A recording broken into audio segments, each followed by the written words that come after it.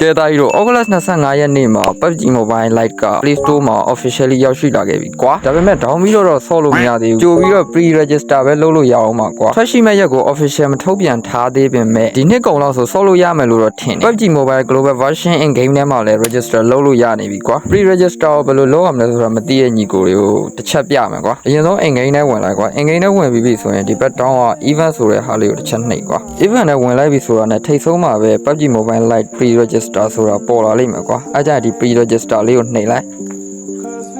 အဲ့ကြရင်တခါရဲ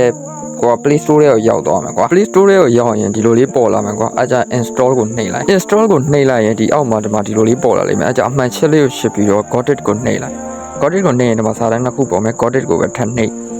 လိုက်ပြီဆိုတော့ pre-register တင်ပြီးသားဖြစ်သွားပြီကွာ pre-register တင်ထားတဲ့လူတွေတော့ဘာကောင်းလဲဆို game ထွက် game official ထွက်လာမယ်ဆိုရင်ကိုကဦးဖြည်းဖြည်းဆော့ရမယ်ကွာဦးဖြည်းဖြည်း access ရမယ်ကွာ low end device နဲ့ဆော့တဲ့ညီကိုတွေအတွက်ကြတော့သတင်းကောင်းတစ်ခုပေါ့ငါလည်း low end device နဲ့ပဲဆော့တာငါ device က 40 fps ပဲရတယ်အခုလာမဲ့ PUBG Mobile Lite ထဲမှာ fps တွေကို boost လုပ်ပေးမယ်လို့လည်းကြားတယ်ကွာ graphic ကောင်းကောင်းနဲ့လည်းဆော့ရမယ်ဆိုတော့ငါတော့စောင့်နေရကွာကဲတာကြီးတို့လည်းမြန်မြန်ဆက်ဆက် register တင်ထားလိုက်ကြတော့ကွာငါတော့တော့ပြီ bye bye